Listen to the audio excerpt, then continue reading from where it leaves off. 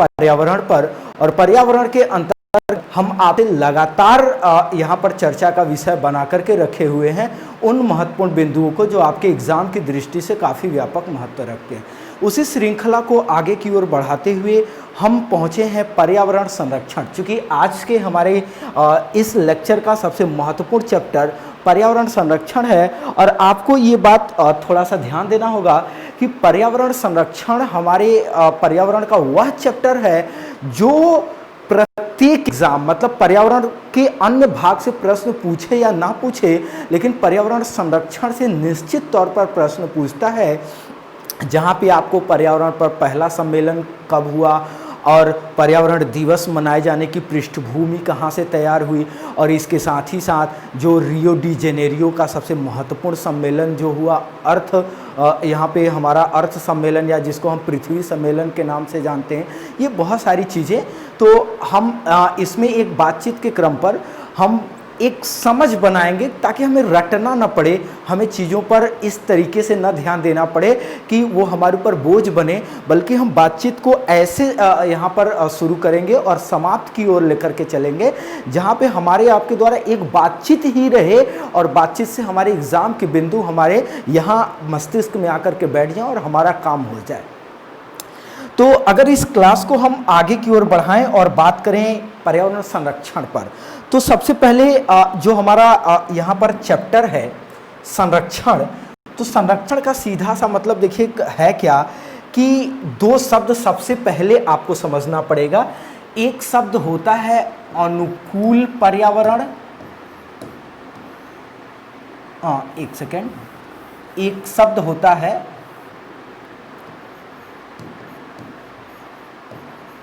अनुकूल पर्यावरण, एक शब्द आपको यहाँ पे समझना पड़ेगा, और एक शब्द होता है हमारा क्या, प्रतिकूल पर्यावरण।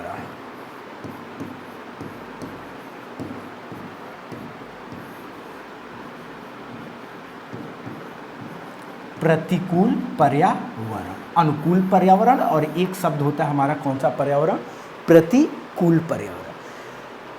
अब पहले नंबर पर हम बात करें अनुकूल पर्यावरण की, तो ध्यान दीजिएगा कि पर्यावरण का वह भाग या पर्यावरण की वह दशा, पर्यावरण की वह दशा जो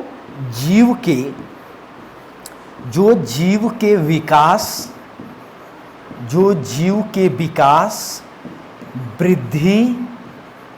वृद्धि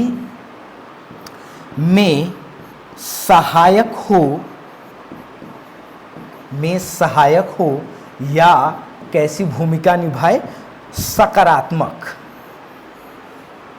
पॉजिटिव अपनी भूमिका को बना करके रखता है, उसको हम क्या कहते हैं, अनुकूल पर्यावरण कहते हैं। और एक बात सबसे महत्वपूर्ण रूप से ध्यान देना है कि जो हमारा प्राचीन पर्यावरण था, मतलब आज से 100 साल 150 साल पहले की अगर हम बात करें, तो मनुष्य के द्वारा सबसे ज़्यादा मात्रा में प्राकृतिक तंत्र का प्रयोग किया जाता था। मतलब हम प्रकृति के अनुकूल स्वयं को ढाल करके जीवन जीने की तरफ अग्रसर हो रहे थे, और प्रकृति के अनुसार जीवन को ढाल करके जब हम जीवन जीने की ओर अग्रसर होते हैं, तो ये वहाँ पर क्या होता है, वहाँ पर प्रकृति, वहाँ पर पर्यावरण के लिए प्रत्येक प्रकार से सहायक होती है, वह प्रत्येक प्रकार से मनुष्य के लिए सकारात्मक स्थिति उत्पन्न करती है, और वहीं पे निर्माण होता है किसका, अनुकूल पर्यावरण का। क्लियर है इस बात को। अब ये अनुकूल पर्यावरण जो विकास वृद्धि में सहायक होता है, ये हमारा धीरे धीरे क्या हुआ कि मानव विकास में सकारात्मक भूमिका थी। तो यही जो मानव विकास है, यह मानव विकास जब अपने आगे चरण की ओर बढ़ा, जब ये थोड़ा सा और महत्वपूर्ण रूप से आगे की ओर बढ़ने लगा, तो इसका परिणाम यह निकल करके आया कि मानव विकास के माध्यम से जो अभी यहाँ तक अनुकूल पर्यावरण में प्रकृति के अनुसार स्वयं को ढाल रहा था, अब वह करने क्या लगा, अब वह प्रकृति में करने लगा परिवर्तन, वह प्रकृति में क्या करने लगा, वह प्रकृति में परिवर्तन करने लगा। और प्रकृति में परिवर्तन की यही श्रृंखला या प्रकृति में परिवर्तन का यही कार्य मनुष्य के लिए या मनुष्य का यही परिवर्तन जो है, यह समाज और पूरे पर्यावरण को ला करके विनाश के कगार पर खड़ा कर दिया। और यही विनाश जो है यह मनुष्य के लिए किस प्रकार के पर्यावरण का निर्माण कर दी, प्रतिकूल पर्यावरण। जैसे भारत के दिल्ली जैसे शहरों में प्रदूषण की वजह से दम घुट रहा है। क्या यह दम घुटना, क्या यह पर्यावरण में जिंदगी जीना दुश्वार होना, क्या ये प्राकृतिक देन है या मानव के इसी विकास, अर्थात जो मानव ने प्रकृति में परिवर्तन किया, जंगलों की कटाई किया, वृक्षों की कटाई किया, और वृक्षों की कटाई के माध्यम से धीरे धीरे उसने आवासीय कॉलोनियां बसाते गए और प्राकृतिक तंत्र का विनाश और वहां पे मानवीय ये जो परिवर्तित तंत्र है इसकी वृद्धि करते गए। और इसका एक परिणाम यह भी हुआ, महत्वपूर्ण रूप से आगे की एक पृष्ठभूमि समझिएगा कि अब एक दो बातें, एक तो हम बात कर रहे हैं आपसे किसकी, कार्बन डाइऑक्साइड की, कार्बन डाइऑक्साइड की हम बात कर रहे हैं। कार्बन डाइऑक्साइड की जब हम बात कर रहे हैं एक, और दूसरी कार्बन मोनोऑक्साइड।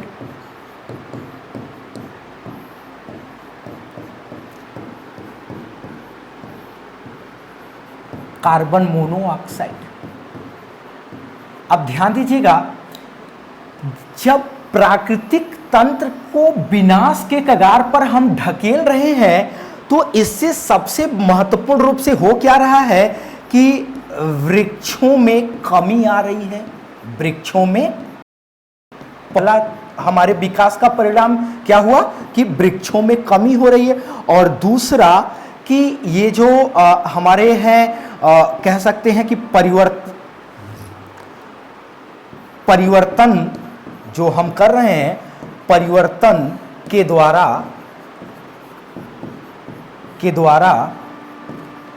अपशिष्ट जगत में वृद्धि हो रही है। अपशिष्ट जगत में क्या हो रही है, वृद्धि। अपशिष्ट जगत का यहाँ सेंस क्या है, ध्यान दीजिएगा। सीधे तौर पे अपशिष्ट जगत से मतलब ये है कि जब वृक्षों में कमी कर रहे हैं तो ऑक्सीजन की मात्रा घट रही है। अब चूंकि पौधे से हमें, प्रमुख रूप से वृक्षों से हमें वायुमंडल में ऑक्सीजन की पूर्ति होती है, अब ऑक्सीजन की मात्रा घटती चली जा रही है और उसका परिणाम क्या हो रहा है कि हमारे वायुमंडल में वृद्धि हो रही है कार्बन डाइऑक्साइड की, और दूसरा अपशिष्ट जगत में वृद्धि, वाहनों, कल कारखानों, इसमें जब हम यहाँ से निकलने वाले धुआं से कार्बन मोनोऑक्साइड हमारा बढ़ता जा रहा है। तो कार्बन डाइऑक्साइड से सीधे तौर पर हो क्या रहा है, तापमान में वृद्धि हो रही है, और ये तापमान में वृद्धि प्रदर्शित किसको करिए, ग्लोबल वार्मिंग को। और कार्बन मोनोऑक्साइड जो है यह क्या कर रहा है, तो ये प्रमुख रूप से मानव स्वास्थ्य पर यह प्रतिकूल प्रभाव डाल रहा है। मानव स्वास्थ्य पर क्या कर रहा है, प्रतिकूल प्रभाव के रूप में यह प्रदर्शित हो रहा है। अब इसका संयुक्त परिणाम क्या निकला कि इन दोनों के माध्यम से लगभग बात है जब भारत आज़ाद हुआ 1950 के दरमियान, तो उस समय स्थिति ये दोनों समस्याएं अपने प्रारंभिक स्तर पर थी, ये अपने प्रारंभिक स्तर पे थी। अब देखिए आपके दिमाग में एक कॉन्सेप्ट बना होगा कि पर्यावरण में धीरे धीरे, चूंकि ये जो हमने पृष्ठभूमि आपको बताई कि हम धीरे धीरे अनुकूल पर्यावरण से किधर की ओर आगे बढ़े, प्रतिकूल पर्यावरण की तरफ आगे बढ़े। अनुकूल पर्यावरण में जो मानव ने विकास किया, उस विकास का ही परिणाम निकल करके, चूंकि उस विकास का ही परिणाम क्या आया, प्रकृति में परिवर्तन, और परिवर्तन से प्रौद्योगिकी मानव जो प्रकृति को किधर की ओर ढकेल कर ले गया, वो विनाश की कगार पे लेके गया। अब इसका परिणाम ये हमारे पर्यावरण को प्रतिकूल करने वाले तत्वों में लगातार वृद्धि हुई, विभिन्न क्षेत्रों में प्रदूषण बढ़ा, और हमारे द्वारा किया क्या गया, वृक्षों में कमी की गई और अवांछित ऐसे विकास किए गए जो हमारे इस प्राकृतिक जगत में अपशिष्ट की श्रेणी में आए, अपशिष्ट की श्रेणी में आए। और इसका परिणाम ये उभरने लगा कि धीरे धीरे हमारा जो प्राकृतिक तंत्र था वो धीरे धीरे संकेत देने लगा, वो हमें इंगित करने लगा कि अब पर्यावरण में धीरे धीरे परिवर्तन हो रहा है। घटना है 1970 ईस्वी की। 1970 ईस्वी में हम बात कर रहे हैं 1970 ईस्वी की, कि 1970 ईस्वी में यूनाइटेड नेशन, संयुक्त राष्ट्र संघ का एक रिपोर्ट आया, यूनाइटेड नेशन का एक रिपोर्ट आया और इस रिपोर्ट में इसने दो बातों का जिक्र किया था। इस रिपोर्ट में इन्होंने दो बातों का जिक्र किया। नंबर एक कहा कि वैश्विक तापमान में क्या हो रही है, वैश्विक तापमान में हो रही है वृद्धि। और दूसरा इन्होंने बताया कि प्रत्येक क्षेत्र में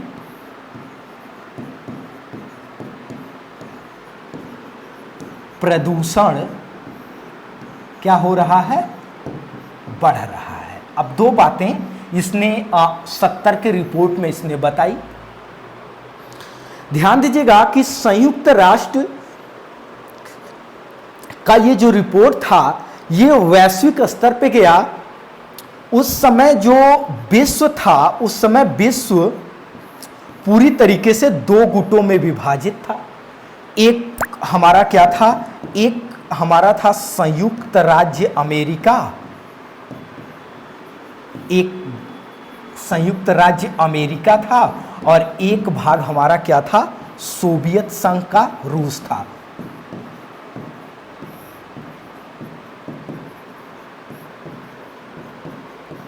उस समय विश्व में दो महाशक्तियां विद्यमान थी और विश्व के कुछ राष्ट्र अमेरिका के साथ थे। अब ये जो विश्व के जो राष्ट्र हैं तो कुछ राष्ट्र यहाँ पर किसके साथ थे, अमेरिका के साथ थे और कुछ राष्ट्र किधर थे, सोवियत संघ रूस के साथ थे।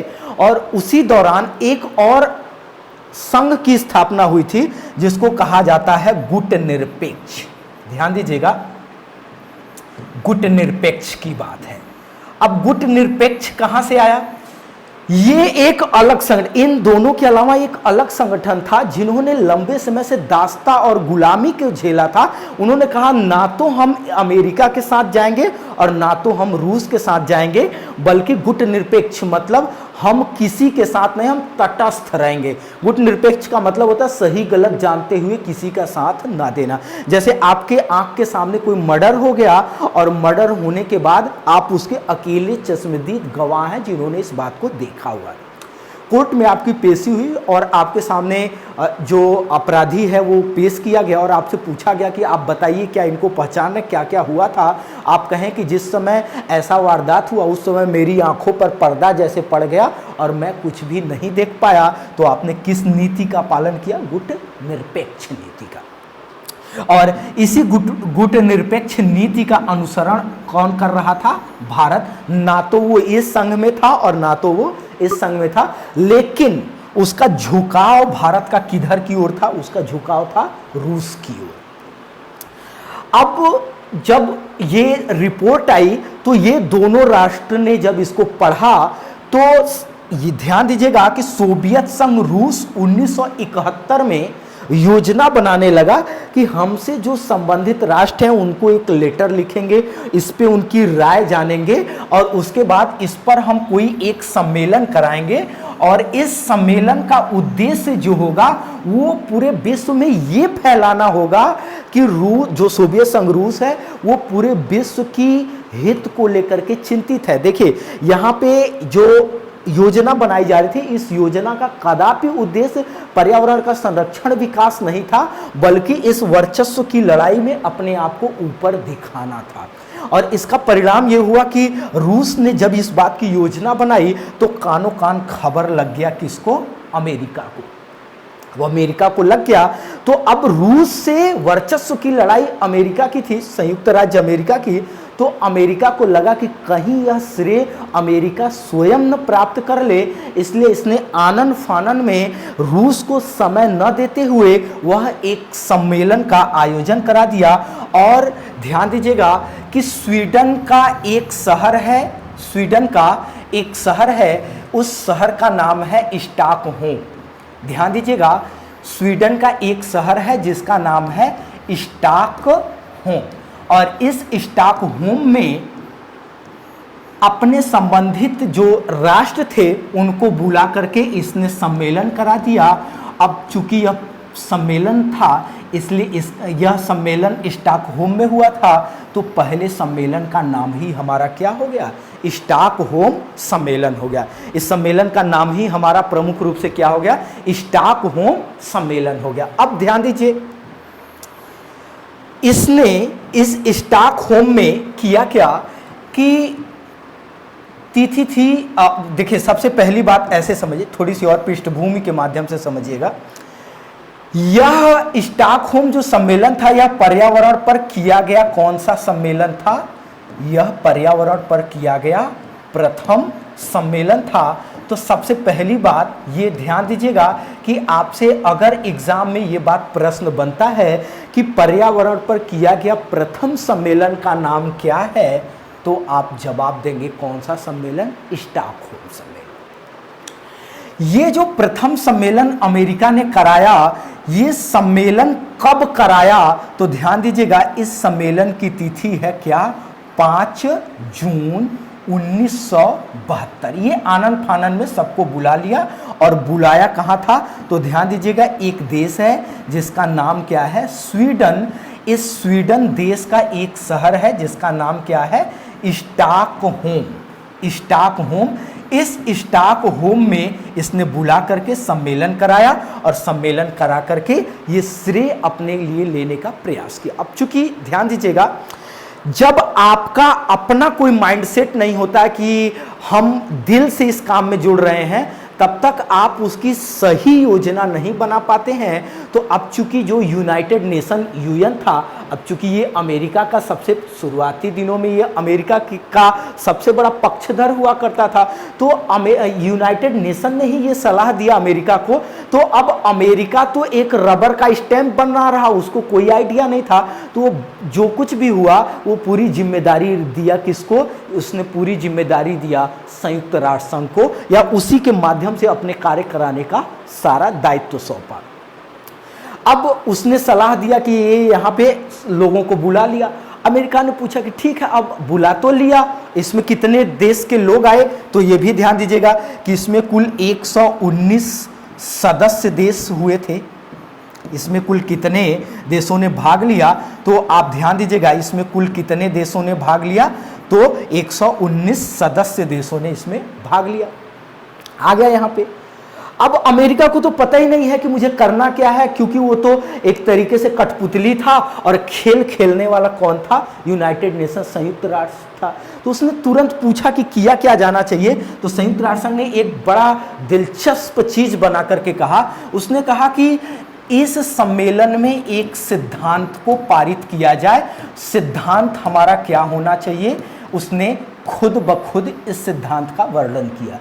उसने कहा कि आपको मंच से खड़ा होकर के सिर्फ इतनी बात कहना है कि सभी के लिए, ध्यान दीजिएगा ये बहुत महत्वपूर्ण लाइन होगा, कि सभी के लिए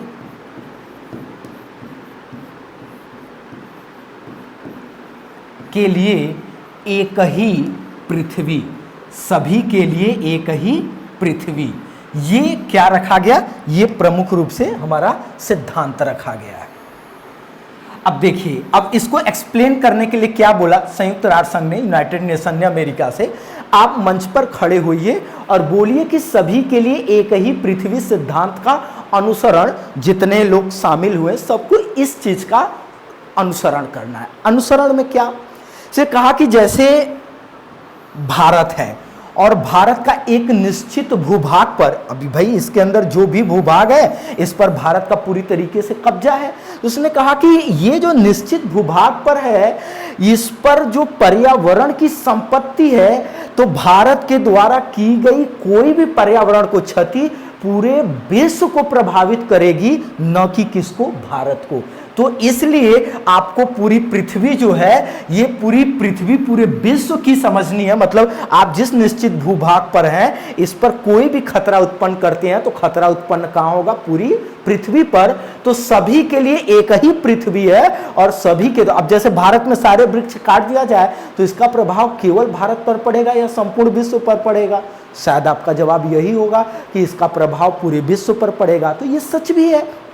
तो इसी बात को अमेरिका ने खड़ा होकर के बोला कि हाँ, सभी के लिए एक ही पृथ्वी है और सभी को यह चाहिए कि पूरी पृथ्वी को अपना मानते हुए वे अपने निश्चित भूभाग में ऐसा कोई भी क्रियाकलाप ना करें जिसकी वजह से पर्यावरण को क्षति, पर्यावरण को हानि पहुंचे और जिससे आ रही समस्याओं और जटिलताओं को लेकर के संवेदनशील हुआ जा सके और आने वाली समस्याओं को टाला जा सके या इससे बचा जा सके। और जो सतत विकास, सतत का मतलब है कि संसाधन का ऐसा प्रयोग किया जाए जो भविष्योन्मुखी हो, मतलब आने वाले समय में भी उसकी उपयोगिता लगातार बनी रहे, इस ओर हमारा बढ़ाया गया कदम होना चाहिए और आने वाली पीढ़ी के लिए हम क्या करें, एक नया आयाम देने का कार्य करें। ठीक है, ये वहां पर बोल दिया, सम्मेलन हो गया। अब चूंकि सम्मेलन का कर्ता धर्ता कौन था, आप अभी समझें कि यूनाइटेड नेशन था, तो अब इसी लगे हाथ इसको एक अवसर मिल गया अपना एक ब्रांच खोलने का और यहीं पे एक ब्रांच खुल गया जिसका नाम है संयुक्त राष्ट्र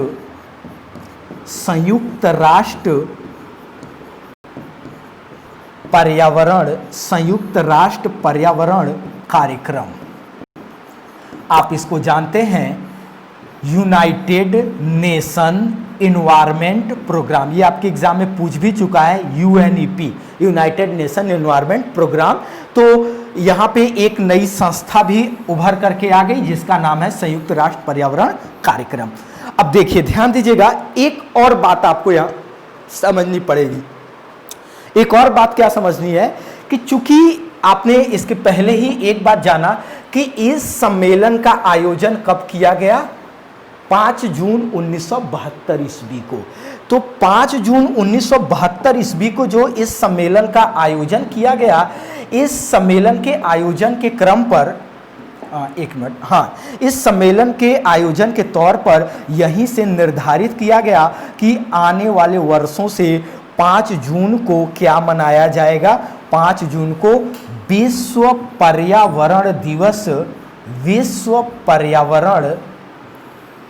दिवस प्रत्येक वर्ष मनाया जाएगा। ये हमारा करके क्या गया, ये करके हमारे इस सम्मेलन को पूर्ण कर दिया गया या इस सम्मेलन को पूरी तरीके से यहां पर पूरा किया गया। अब आगे की ओर बढ़िएगा, तो अब इससे हम आगे बढ़ेंगे तो आप ये देखेंगे कि अब चूंकि ये अमेरिका के नाम श्रेय चला गया, बहुत सारी बातें हो गई, चीजें हो गई, आपने पूरी पृष्ठभूमि के साथ समझा इसको। अब आगे जो हुआ, अब आगे की राह क्या बनी कि जो पर्यावरण संरक्षण को लेकर के जो योजना बना करके ये सम्मेलन को कराया गया, यह पूरी तरीके से सिद्ध क्या हुआ, नकारात्मक सिद्ध हुआ। नकारात्मक सिद्ध क्या हुआ, चूंकि इसके पहले आपको कई जैसे मॉन्ट्रियल प्रोटोकॉल है, क्योटो प्रोटोकॉल है, बहुत सारी चीजें आपको समझना है, वो उभर करके नकारात्मक क्या आई, जो सीधे तौर पर दिखा हमारे कहां पर, पृथ्वी सम्मेलन की आवश्यकता क्यों पड़ी, पृथ्वी सम्मेलन की आवश्यकता क्यों पड़ी, या पृथ्वी सम्मेलन आखिरकार आनन फानन में जो ब्राजील की राजधानी जो उन दिनों हुआ करती थी रियो डी जेनेरियो, वर्तमान समय में तो ब्राजीलिया है, तो उसमें कराना पड़ा क्योंकि उसकी पृष्ठभूमि अलग है। पहले समझिएगा, घटना है 1990 ईस्वी की। 1990 ईस्वी में संयुक्त राष्ट्र संघ का दूसरा जो है कि यहाँ पर नोटिस आया और इस दूसरे नोटिस में उसने एक तो नोटिस अमेरिका को दिया, अमेरिका को दिया और एक उसने यहाँ पर रिपोर्ट दिया। अब रिपोर्ट में क्या था कि जो जितना पर्यावरण प्रदूषण 1970 के पहले 100 वर्षों में हुआ था, उसके 5 गुना से ज्यादा पर्यावरण प्रदूषण कब हो गया? वो पिछले केवल 1970 से लेकर के 1990 अर्थात कितने वर्ष में? केवल और केवल 20 वर्षों के दौरान ही हो गया। तो ये तो रिपोर्ट था और अमेरिका को नोटिस ये था कि आपने सम्मेलन प्रदूषण और पर्यावरण की समस्या कम करने के लिए कराया था या बढ़ाने के लिए कराया था। तो अब ये जो सम्मेलन यहाँ पे जो हुआ था, जिसकी वजह से इस चुनौती उत्पन्न हुई, इसके बारे में कारण बताओ नोटिस जारी हुआ। अब इस नोटिस के लिए यूनाइटेड नेशन को इसने पुनः पत्र लिखा कि आखिरकार क्या कारण है बताइए, और यहीं से आगे की पृष्ठभूमि तैयार हुई। तो जो कुछ भी बातें थी, अब इसके आगे की श्रृंखला नेक्स्ट वीडियो में ऐसे ही चरणबद्ध तरीके से बातचीत करते हुए पूरी संरक्षण को हम आगे बढ़ाएंगे, क्योंकि ये पर्यावरण का सबसे अहम चैप्टर होता है। तो हमारा एक प्रयास है कि बिना किसी मानसिक बोझ के, दबाव के, व्यवहारिक बातचीत के माध्यम से चैप्टर को कंप्लीट किया जाए। तो आज के लिए इस वीडियो में हम यहीं तक बातचीत करते हैं, इसी श्रृंखला को यहीं से आगे की ओर बढ़ाते हुए लेकर के चलेंगे। तो आज के लिए इतना है। Thank you very much. अपने सबसे महत्वपूर्ण सेगमेंट पर्यावरण और पर्यावरण के अंतर्गत हम लेकर के चलते हैं आपको चैप्टर पर्यावरण संरक्षण पर। इसके पहले के वीडियो में पर्यावरण संरक्षण पर हमारी आपकी एक बातचीत हुई थी प्रमुख रूप से, और उस बातचीत के क्रम पर हमने आपसे यहाँ पर डिस्कस किया हुआ था कि किस प्रकार से 1950 के क्रम पर पर्यावरण का जो एक प्रभाव था, फिर धीरे धीरे 1970 की ओर गया। उसमें संयुक्त राष्ट्र संघ ने किस प्रकार हस्तक्षेप किया और उस हस्तक्षेप के माध्यम से किस प्रकार संयुक्त राष्ट्र संघ ने आगे आने के लिए संस्थाओं को प्रेरित किया। और उसी दरमियान हमने आपसे बातचीत किया था स्टॉकहोम सम्मेलन की। हमने ये बताया कि स्टॉकहोम सम्मेलन की पृष्ठभूमि किस प्रकार तैयार हुई, किस प्रकार संयुक्त राष्ट्र संघ ने अपने लेकर के सभी के लिए एक ही पृथ्वी सम्मेलन, जो मतलब सभी के लिए एक ही पृथ्वी नामक सिद्धांत का प्रतिपादन किया, और उसके माध्यम से एक विस्तारित योजना बना करके पर्यावरण का प्रथम सम्मेलन प्रमुख औपचारिक रूप से संपादित किया। अब इससे आगे बढ़ते हुए, इससे आगे की ओर बढ़ते हुए हमने ये देखा कि हमने बताया कि एक नोटिस जारी किया गया था। वो नोटिस आगे जारी किया गया कि अमेरिका को कि किस प्रकार आपने जो स्टॉकहोम में पर्यावरण सम्मेलन कराया था, वह सम्मेलन के प्रभाव परिणाम स्वरूप कई गुना प्रदूषण बढ़ गया था। लेकिन उससे पहले, चूंकि उस पर हम अभी लास्ट में डिस्कस करेंगे, लेकिन उससे पहले एक प्रमुख समस्या और आ रही थी। वो प्रमुख समस्या क्या थी कि धीरे धीरे वायुमंडल में क्लोरोफ्लोरोकार्बन, सेप्सी आप जिसको बोलते हैं, और प्रमुख रूप से ये हमारे वायुमंडल के ओजोन परत क्षरण में अपनी सबसे विशेष भूमिका निभाता है। तो ये हमारा क्लोरोफ्लोरोकार्बन की मात्रा लगातार बढ़ती जा रही थी, और जिसका परिणाम यह भी हुआ कि वर्तमान समय में अंटार्कटिका के ऊपर हमारे जो ओजोन परत है, इसमें बड़े बड़े होल या छिद्र हो गए।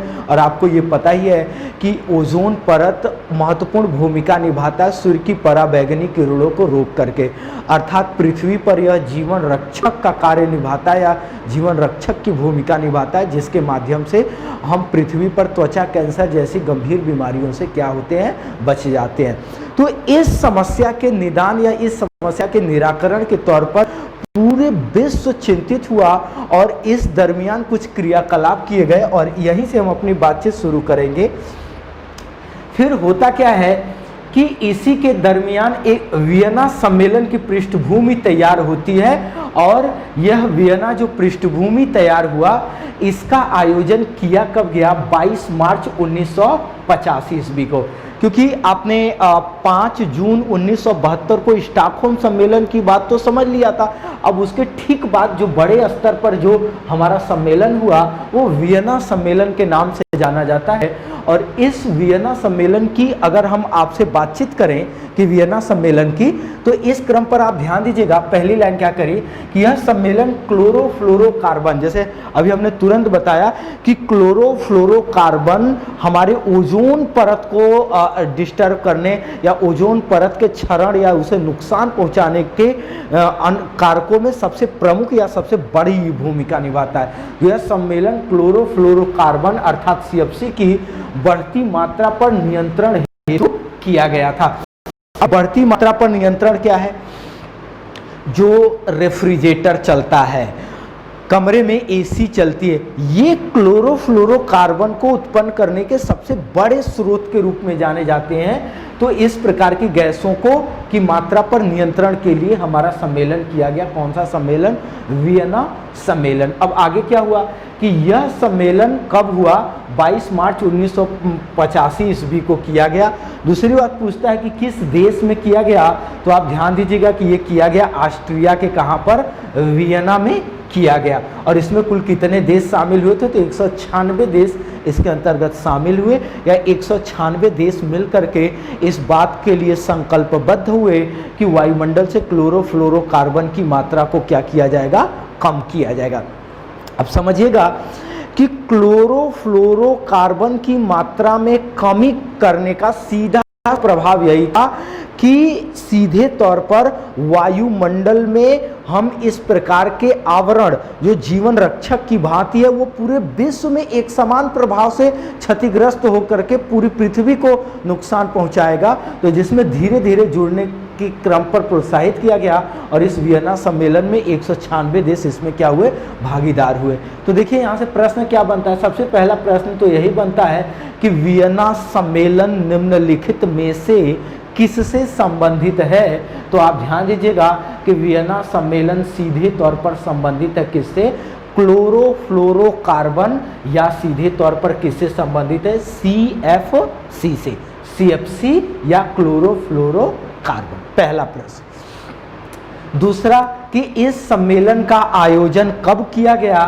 तो आप ध्यान दीजिएगा इस सम्मेलन का आयोजन किया गया 22 मार्च 1985 ईस्वी को। तीसरी बात कि कहां पर किया गया? तो ऑस्ट्रिया में, या ऑस्ट्रिया के वियना शहर में संपन्न किया गया। और इसमें कुल कितने देशों ने भाग लिया? तो 196 देशों ने इसमें प्रमुख रूप से अपनी भूमिका निभाई, इसमें शामिल हुए। अब आगे बढ़ते हैं और ये ध्यान दीजिएगा कि नेक्स्ट हमें पढ़ना है Montreal protocol. Montreal protocol Vienna सम्मेलन का जो क्लोरोफ्लोरोकार्बन को लेकर के ये हमारा सम्मेलन किया गया था। यह हमारा मॉन्ट्रियल प्रोटोकॉल भी क्लोरोफ्लोरोकार्बन को ही लेकर के किया गया था। और वियना में जो पृष्ठभूमि तैयार की गई थी उसी पृष्ठभूमि का क्रियान्वयन या उसको प्रमुखता प्रदान करने के लिए किया गया हमारा प्रोटोकॉल क्या है? Montreal protocol. ध्यान दीजिएगा कि ओजोन परत संरक्षण के लिए सबसे महत्वपूर्ण सम्मेलन जो प्रभावी हुआ और जो सबसे ज़्यादा लाभदायक या जो सबसे ज़्यादा इसको बचाने में अपनी भूमिका निभाया, उसका भी नाम क्या है? Montreal protocol. इसलिए आपके एग्जाम में ये लगातार प्रश्न बनता रहा मॉन्ट्रियल प्रोटोकॉल से। तो पहली बात ध्यान दीजिएगा कि ओजोन ये किया गया एक कैसी संधि थी? तो किया गया एक अंतर्राष्ट्रीय संधि है। दूसरी बात क्या कहता है? कह रहा है कि वियना सम्मेलन में जो बनाया गया था ये उसे चरणबद्ध ढंग से लागू करने के लिए किया गया। मैंने पहले ही बताया कि वियना सम्मेलन बहुत ज्यादा सफल तो नहीं हुआ, लेकिन हाँ उसमें भविष्य में क्या योजनाएं बनाई जानी चाहिए, क्या प्रमुखता दिया जाना चाहिए, इसकी एक पृष्ठभूमि तैयार हो गई थी। और ये प्रमुख रूप से उसी पृष्ठभूमि पर ये हमारा मॉन्ट्रियल प्रोटोकॉल किया गया। और ये मॉन्ट्रियल प्रोटोकॉल उसी पृष्ठभूमि को आगे उसके क्रियान्वयन की ओर एक बड़ी दिशा में इसने काम किया। अब आगे ध्यान दीजिएगा कि यह 16 सितंबर 1987 ईस्वी को किया गया। तो 16 सितंबर 1987 ईस्वी को हमारा क्या हुआ, मॉन्ट्रियल प्रोटोकॉल सम्मेलन आयोजित किया गया, या इस पर क्या किया गया, हस्ताक्षर किया गया। और ये प्रभावी कब हुआ, तो ध्यान दीजिएगा 1 जनवरी 1989 ईस्वी को ये पूरी तरीके से लागू हुआ। तो अगर आपसे प्रश्न पूछता है कि मॉन्ट्रियल प्रोटोकॉल पर हस्ताक्षर कब किया गया, तो आप ध्यान देंगे 16 सितंबर होगा। और कहता है कि मॉन्ट्रियल प्रोटोकॉल पूर्णतः लागू कब हुआ, तब इस क्रम पर आप ध्यान दीजिएगा कि ये पूर्णतः लागू हुआ 1 जनवरी 1989 को। अब प्रश्न एक और बनता है कि मॉन्ट्रियल प्रोटोकॉल की पहली बैठक कब की गई थी, तो ध्यान दीजिएगा मई 1989 ईस्वी में। कुछ बातें और हैं कि इस मॉन्ट्रियल प्रोटोकॉल का प्रमुख उद्देश्य क्या था, तो आप ध्यान दीजिएगा कि इस सम्मेलन का सबसे मुख्य उद्देश्य क्या है, क्लोरोफ्लोरोकार्बन को क्या करना, कम करना था। तो मॉन्ट्रियल प्रोटोकॉल सीधे तौर पर संबंधित है CFC की मात्रा को वायुमंडल से कम करने के लिए। और आगे क्या करा इस सम्मेलन में ही 16 सितंबर को क्या, अब याद करिए 16 सितंबर को क्या मनाया जाता है, ओजोन परत संरक्षण दिवस। तो ओजोन परत संरक्षण दिवस मनाए जाने की जो पृष्ठभूमि या मनाए जाने की जो योजना थी वह बनाई गई किस में, तो यह बनाया गया मॉन्ट्रियल प्रोटोकॉल में। तो ये यहाँ से प्रमुख रूप से आपसे मॉन्ट्रियल प्रोटोकॉल से कोरिलेट करके आपके एग्जाम में प्रश्न बन जाता है। आगे की ओर बढ़ते हैं तो नेक्स्ट हम देखेंगे पृथ्वी सम्मेलन। अब यहाँ पे आपको ध्यान देना होगा कि संयुक्त राष्ट्र संघ जो करता धरता था, जिसने 1972 में स्टॉकहोम सम्मेलन कराया, तो उसने वर्ष 1990 ईस्वी में एक नोटिस और साथ ही साथ एक रिपोर्ट जारी किया। और रिपोर्ट में लिखा कि अमेरिका ने जो सम्मेलन स्टॉकहोम कराया, उस सम्मेलन के माध्यम से जो प्रदूषण था और जो पर्यावरण के प्रति समस्या है तो कई स्तर पर बढ़ गई। और अमेरिका को कारण बताओ नोटिस था कि बताइए आपने समस्याओं को कम करने के लिए सम्मेलन कराया था या समस्याओं को बढ़ाने के लिए, तो इसका तो परिणाम यही निकला कि समस्याएं यहाँ पर बढ़ गई। तो अब इसका परिणाम ये निकला, अमेरिका फिर से बेचैन हुआ, पूछा फिर कि होना क्या चाहिए, तो इसने फिर बताया, नहीं सबसे पहले अमेरिका ने ये पूछा कि ये हुआ कैसे। तब संयुक्त राष्ट्र संघ ने जांच करके बताया कि जो 119 देश शामिल हुए थे कहाँ, आपके जो स्टॉकहोम सम्मेलन में, जब आप ये बता रहे थे कि सबको एक ही पृथ्वी मान करके, मतलब सभी के लिए एक ही पृथ्वी मान करके ऐसे संसाधनों का उपयोग करना चाहिए जिसका प्रभाव वैश्विक जगत पर सकारात्मक रूप से पड़े। लेकिन उसी दौरान आपने यह भी कहा था कि जो हमारे विकसित राष्ट्र हैं वे किस प्रकार पर्यावरण का दोहन करके लाभ कमा रहे हैं, अपनी तरक्की की ओर आगे बढ़ रहे हैं। तो उसमें 4-5 देश तो आपके पूंजीपति थे, बाकी विकासशील देश थे। और ये सुन करके उन्होंने उस चीज़ को जाकर के अप्लाई किया अपने आप को धनवान बनाने के लिए, और उसी का परिणाम हुआ कि प्रदूषण कई स्तर पर क्या होता चला गया, बढ़ता चला गया। तो अब जब इसको पता चला तो ये हुआ कि होना क्या चाहिए, तो यह तब ये हुआ कि एक सम्मेलन का आयोजन किया जाना चाहिए। और यहीं से एक सम्मेलन की पृष्ठभूमि बनी। पृष्ठभूमि क्या बनी, ये कहा गया कि एक पृथ्वी सम्मेलन की नींव डाली गई कि पृथ्वी सम्मेलन किया जाएगा। और पृथ्वी सम्मेलन में किया क्या गया कि जो सदस्य राष्ट्र थे उनको फिर से आमंत्रण भेजा गया या उनको फिर से बुलाया गया। अब सदस्य राष्ट्र इकट्ठा हुए। अब अमेरिका की ने संयुक्त राष्ट्र संघ से जो सहमति मांगी कि इसमें किया क्या जाना चाहिए, तो संयुक्त राष्ट्र संघ ने बताया कि कोई भी साधारण तरीके से बात मानने वाला नहीं है। अगर वो साधारण तरीके से आपकी बातों को मानना होता तो स्टॉकहोम सम्मेलन के बाद इतनी बड़ी समस्या उत्पन्न न होती। तो अमेरिका ने पूछा, तो ये हुआ कि जब तक कोई भी नियम, कोई भी कानून बाध्यकारी रूप से लागू नहीं किया जाएगा तब तक उसका कोई बड़ा प्रभाव या तब तक उसका कोई बड़ा रिजल्ट उभर करके सामने नहीं आएगा। ये ठीक है। और जो स्टॉकहोम सम्मेलन में जो नियम प्रतिपादित किए गए थे वे नियम और जो नए नियम बन सकते थे, जुड़ सकते थे, उनको जोड़ करके एक बड़ा या एक व्यापक स्तर पर तैयार किया गया दस्तावेज। और वह दस्तावेज लगभग 300 पेज का था। और उस दस्तावेज का नाम जो था उसका नाम रखा गया एजेंडा 21। तो अब चलिए इसकी पृष्ठभूमि भी और एग्जाम के दृष्टि से देखते हैं कि ये पर्यावरण और विकास पर संयुक्त राष्ट्र संघ का सम्मेलन था। ये कई एग्जामों में जैसे पीसीएस में भी और भी वनडे एग्जाम में ये पूछा था कि पृथ्वी सम्मेलन प्रमुख रूप से था या रियो सम्मेलन। चूंकि ये ध्यान दीजिएगा कि ये ब्राजील के उन दिनों जो राजधानी हुआ करती थी रियो डी जेनेरियो, वर्तमान समय में ब्राजीलिया है, लेकिन पहले ब्राजील की राजधानी क्या थी? Rio de Janeiro. तो ये जो पृथ्वी सम्मेलन था ये रियो डी जेनेरियो में यहाँ पे संपन्न हुआ था, तो इस कारण इसको रियो सम्मेलन के नाम से भी जानते हैं। तो प्रश्न था कि रियो सम्मेलन को निम्नलिखित में से या पृथ्वी सम्मेलन को निम्नलिखित में से किस नाम से जाना जाता है? तो आप ये ध्यान देंगे कि यह पर्यावरण और विकास पर संयुक्त राष्ट्र का क्या था? सम्मेलन था। अब बढ़ते हैं कि इसका आयोजन, इस सम्मेलन का आयोजन, तो ध्यान दीजिएगा 3 से 14 जून 1992 ईस्वी में इसका आयोजन किया गया। ठीक है, और कहाँ किया गया? तो ब्राजील के रियो डी जेनेरियो में किया गया। और इसमें कुल कितने देश शामिल हुए? तो 172 देश शामिल हुए। और इस सम्मेलन में तैयार क्या किया गया? एजेंडा 21। हमने आपको पहले ही बताया कि जो स्टॉकहोम सम्मेलन के नियम थे और जो नए नियम बन सकते थे सबको कोरिलेट ये जो नियम बनाया गया उसी को कहा गया एजेंडा 21।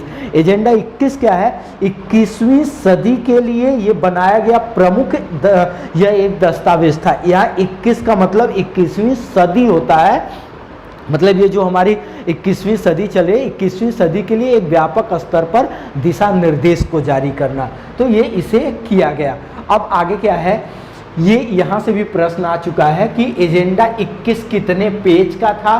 तो हमारा मूल रूप से ये कितने पेज का? 300 पेज का। और इसमें अध्याय कितने हैं? 40। लेकिन ये था कि यह कितने भागों में विभाजित है? तो ये ध्यान दीजिए, ये इसमें कुल कितने पक्ष या कितने भाग? तो ये 4, ये भी बात आपसे पूछा जा चुका है। तो इसको करके तो अब हुआ क्या कि एजेंडा 21 स्टॉकहोम सम्मेलन का तैयार हुआ। और तैयार होने के बाद अमेरिका को संयुक्त राष्ट्र संघ ने बताया कि बाध्यकारी रूप से बात अपने आप को लागू करानी होगी। अमेरिका मंच से खड़ा होता और कहता है कि एजेंडा 21 पर्यावरण को ध्यान में रखते हुए उसको संरक्षित करने के लिए बनाया गया एक महत्वपूर्ण दस्तावेज है जिसके नियम सभी सदस्य राष्ट्रों को मानना अनिवार्य है। और जो राष्ट्र इसके नियमों की अवहेलना करते हैं ऐसे राष्ट्र पर संयुक्त राष्ट्र संघ के द्वारा अंतर्राष्ट्रीय आपूर्ति रोक दी जाएगी। और सभी सदस्य राष्ट्र उस पर दस्तखत कर दिए और वह तब से लेकर के आज तक प्रभावी है। उसी के बिहाफ पर आगे की ओर आगे योजना नई बनाती जाती रही और वो आगे की ओर बढ़ती रही। तो ये था एजेंडा 21। अब एजेंडा 21 से आपको एक आगे की पृष्ठभूमि बनी। जैसे आपने बार बार एक नाम सुनते होंगे COP 1, 2, 3। जैसे अभी 2019 में अगर हम बात करें 2019 की, तो 2019 ईस्वी में ये कॉप का कौन सा 25वां यहाँ पर आयोजन किया गया। तो ये कॉप कहाँ है, क्यों आया, इसके बारे में अगर हम चर्चा करें तो देखिए एक संस्था को आपको जानना पड़ेगा, UNFCCC। ये इसका फुल फॉर्म भी आपके एग्जाम के लिए महत्वपूर्ण है। यूनाइटेड देखिए यहाँ पे हमने मेंशन कर दिया United, N for nation, F for framework, C for convention और यहाँ पे C फॉर क्लाइमेट और यहाँ C फॉर चेंज। तो United nation framework convention on हमारा यहाँ ऑन है, ऑन क्लाइमेट चेंज था। अब ध्यान दीजिए ये क्या है, ये 21 मार्च 1994 ईस्वी को यह संस्था अस्तित्व में आई। और यह संस्था प्रमुख रूप से है, तो यह जलवायु परिवर्तन पर सम्मेलन के लिए, ये लगातार प्रत्येक वर्ष सम्मेलन के लिए बनाई गई एक हमारी क्या थी, संस्था थी। और इसका वर्तमान मुख्यालय कहाँ पर है, तो जिनेवा के किस शहर में है, जिनेवा के वान शहर में इसका मुख्यालय। अब देखिए है क्या, इसका प्रमुख उद्देश्य क्या है, पूरी बात को समझिएगा कि पृथ्वी सम्मेलन के सदस्यों की आम सहमति द्वारा जलवायु परिवर्तन के लिए पार्टीज के रूप में आयोजन, मतलब प्रत्येक वर्ष पार्टीज के रूप में आयोजन करने का यहाँ पर क्या किया गया, एक पार्टीज के रूप में आयोजन करने की सहमति व्यक्त की गई। और यही है हमारा क्या, यूएनएफसीसी के का प्रमुख रूप से उद्देश्य। अब यही हमारा कॉप का रूप लेता है और अब पार्टीज कही गई, तो अब पार्टीज का निर्माण किसके नाम पर किया गया, सीओपी रखा गया, कॉन्फ्रेंस ऑफ पार्टीज। अब ये जलवायु परिवर्तन पर प्रत्येक वर्ष पार्टीज का मतलब है सम्मेलन करने के लिए जो सहमति सदस्य राष्ट्रों द्वारा बनी थी, उसी को नाम दे दिया गया सीओपी, कॉन्फ्रेंस ऑफ पार्टीज। अब ये बात आपको समझ में आ गया होगा कि जो सीओपी 1, 2, 3, 4, 5 जो आप सुनते आ रहे हैं, ये क्या है, इसकी पृष्ठभूमि क्या है। अब इसके बाद सीओपी 1 हुआ कहाँ, जर्मनी की जो उन दिनों पर्यावरण मंत्री थी एंजेला मार्केल, इनकी अध्यक्षता में बर्लिन शहर में आयोजित किया गया और जलवायु परिवर्तन पर विशेष बातचीत हुई। और जलवायु परिवर्तन के लिए जो हमारा प्रमुख रूप से कार्बन डाइऑक्साइड, भाई चूंकि ग्रीन हाउस गैसें हमारे जलवायु परिवर्तन में सबसे बड़ी भूमिका निभाती हैं, तो अब अगर हम अच्छा एक शब्द में अगर हम आपसे चर्चा किए किसकी, ग्रीन हाउस गैस की, अगर हम ग्रीन हाउस गैस की अगर हम आपसे बात करते हैं तो ये बात ध्यान दीजिएगा कि ग्रीन हाउस गैस या गैस तो मान लीजिए ठीक है, आप भूगोल अब थोड़ा सा आपको चीज़ें और व्यापक आगे बताई जाएंगी। सबसे पहले आपको समझना है क्या, ग्रीन हाउस प्रभाव। ग्रीन हाउस प्रभाव किसे कहते हैं कि सूर्य की किरणें जो ऊपर से नीचे आ रही हैं उनको आने देना, लेकिन आने के बाद उनको जाने से क्या करना, रोकना। कार्बन डाइऑक्साइड, जलवाष्प, मीथेन, ये हमारी प्रमुख गैसें हैं जो उत्पन्न करती हैं क्या, ग्रीन हाउस प्रभाव। तो इसी ग्रीन हाउस प्रभाव के माध्यम से जो जलवायु परिवर्तन हो रहा है, इसी पर COP 1 आयोजित किया गया, मतलब कॉन्फ्रेंस ऑफ पार्टीज 1। और ये कहाँ पर किया गया, जर्मनी में, और किया गया जर्मनी के कहाँ, बर्लिन शहर में। और इसकी अध्यक्षता किसने किया था, एंजेला मार्केल ने किया।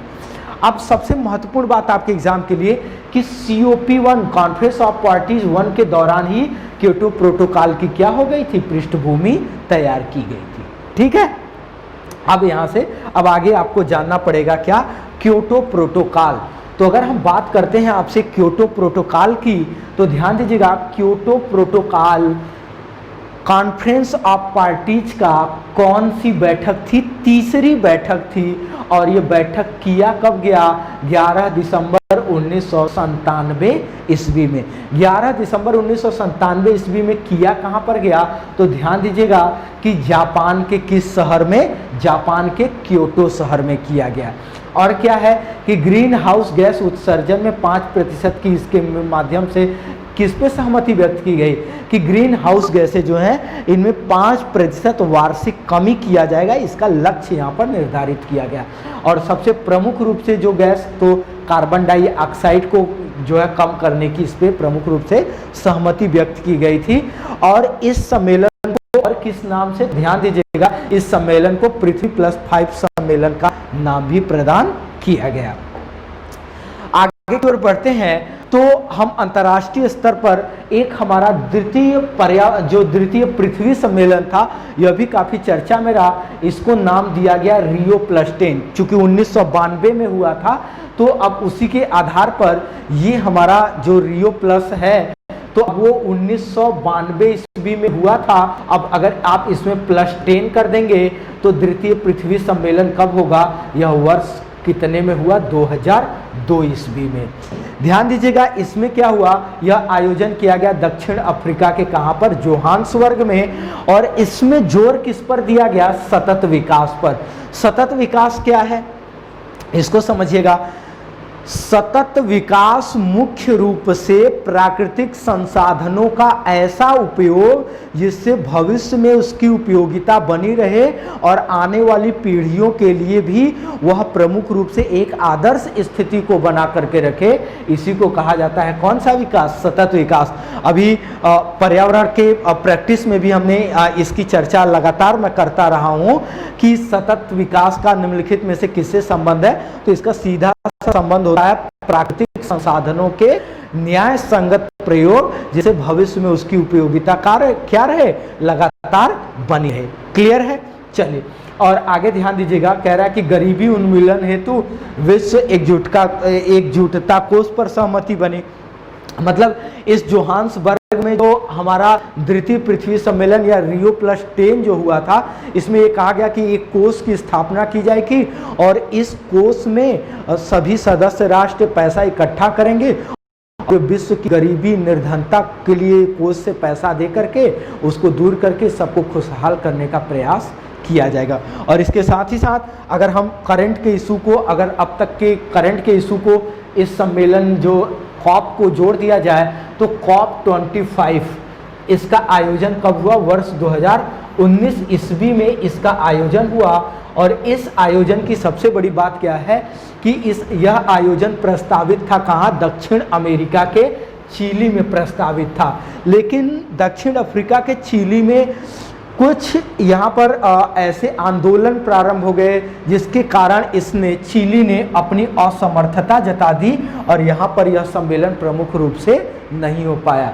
फिर आगे ध्यान दीजिएगा, तो ये सम्मेलन स्पेन के मैड्रिड शहर में ये आयोजित किए जाने का प्लान बनाया गया और इसको आयोजित किया गया। और यहाँ तक ये हमारा करंट के इशू, मतलब हमने इतिहास से शुरू किया और आज की स्थिति तक हम आपको लेकर के चले आए। अब हम आगे लेकर के चलेंगे हम आपको अगले चरण पर, और अगले चरण पर हम आपको बताएंगे कि भारतीय पर्यावरण नीति, और ये जो भारत की पर्यावरण नीति होगी, मतलब अब हमारा परिप्रेक्ष्य क्या हो जाएगा? इंडिया। अब अंतर्राष्ट्रीय स्तर पर थे, अब हम इंडिया के दरमियान अब हम नेक्स्ट वीडियो में बातचीत करेंगे। तो इस वीडियो में आज के लिए इतना ही। Thank you very much.